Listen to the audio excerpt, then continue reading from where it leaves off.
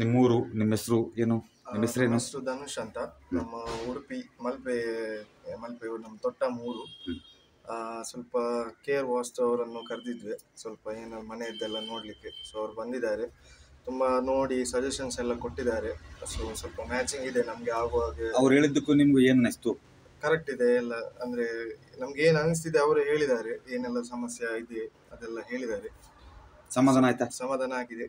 ಎಲ್ಲ ಮಾಡ್ಕೊಳ್ಳಿ.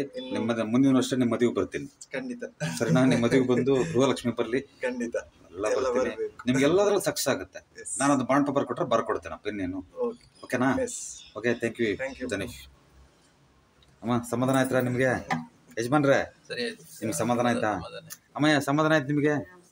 ಸಮಾಧಾನ ಆಯ್ತಾ? ಓಕೆ ಅಮ್ಮ, ಥ್ಯಾಂಕ್ ಯು.